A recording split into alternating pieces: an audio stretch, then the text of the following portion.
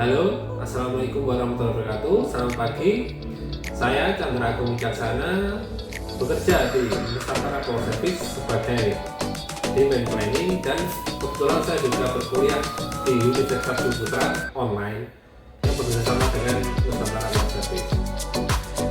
Kurang lebih perjalanan karir saya dimulai pada tahun 2010 ketika saya menjalani magang di PT Trakindo di alat berat.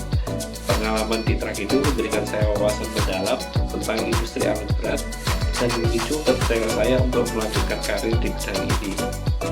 Setelah magang di PT Trakindo, saya bergabung dengan PT Bonus Lestari Kalimantan sebagai mekanik alat berat mulai tahun 2011 hingga 2013. Saya belajar banyak tentang teknik alat berat dan perawatan alat berat serta pentingnya kerja tim dan menyelesaikan tugas.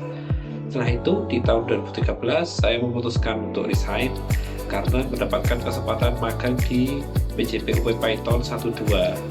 Pengalaman ini sangat berharga karena saya diikutsertakan dalam program CSA KKPJB yang menyediakan kuliah gratis bagi karyawan di Politeknik Elektronika Negeri Surabaya atau PES. Dan program ini tidak hanya memperluas pengetahuan saya, karena sebelumnya adalah mekanik alat berat, ditambah lagi dengan pengetahuan terkait pembangkitan energi listrik. Lalu setelah lulus CSR KPJB selama 1 tahun, saya lanjut pada tahun 2014 memulai karir di saat ini, yaitu di NPS Nusantara Power Service yang dulu namanya adalah Pembangkitan Jawa Bali Service. Nah, di perusahaan tempat saya bekerja ini, saya mulai sebagai mekanik ground handling di PLTU Duri, di mana saya bertanggung jawab untuk memastikan semua peralatan ground handling bisa mensuplai dengan baik peralatan dan juga operasi dari batu bara. Selanjutnya, di tahun 2012 saya diberikan kesempatan untuk beralih peran sebagai operator turbin lokal dan CCR.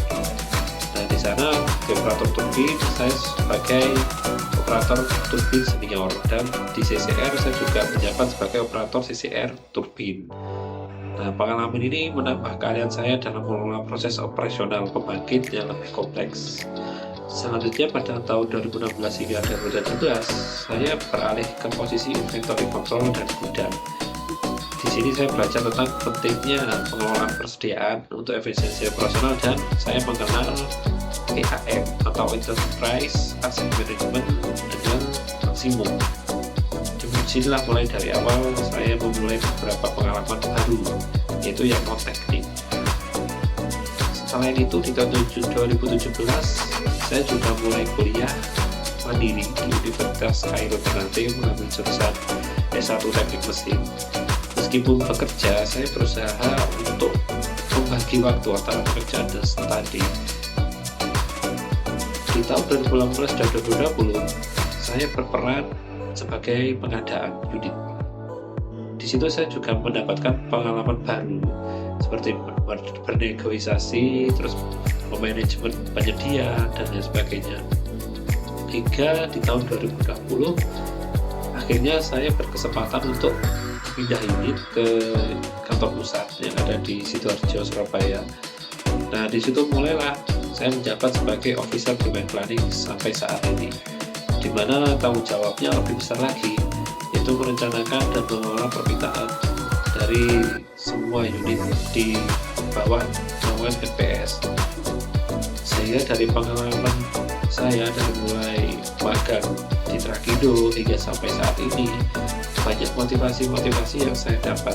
Jadi motivasi yang mendorong saya sepanjang perjalanan ini adalah keinginan untuk terus belajar dan terus berkembang. Saya percaya bahwa setiap pengalaman, baik yang positif maupun yang penuh tantangan, adalah peluang untuk belajar. Konsep lifelong learning sangat relevan bagi saya karena dunia terus berubah dan berkembang. Dengan tetap terbuka untuk belajar dari setiap situasi dan orang yang baru di sekitar saya dapat meningkatkan keterampilan dan pengetahuan saya serta beradaptasi dengan perubahan industri. Harapannya, pengalaman yang saya pelajari bisa mengajarkan bahwa sikap positif dan kerja keras sangat penting dalam mencapai kepuasan kerja. Selain itu, saya memiliki keinginan untuk selalu berbagi ilmu apapun yang telah saya kuasai. Karena saya percaya bahwa berbagi pengetahuan tidak hanya membantu orang lain, tetapi juga memperkuat pemahaman saya sendiri dan membangun budaya kolaboratif di tempat kerja. Saran bagi organisasi, sebaiknya menerapkan kebijakan yang mendukung pengembangan karyawan, termasuk program pelatihan dan mentoring. Selain itu, penting untuk mengembangkan kebijakan terkait leadership yang mendorong pemimpin untuk menjadi mentor bagi tim mereka, serta menciptakan lingkungan yang inklusif dan mendukung. Kebijakan employee engagement juga sangat penting dengan melibatkan karyawan dalam pengambilan keputusan dan memberikan mereka suara dalam organisasi. Kita dapat meningkatkan motivasi dan produktivitas secara keseluruhan jika melakukan hal tersebut. Sekian profil dan pengalaman yang bisa saya share pada video kali ini. Sebagai penutupan, izinkan saya memberikan salah satu pantun. Nasi goreng rasanya gurih, dimakan di Kota Batu. Kuucapkan terima kasih atas semua kasih dan perhatian.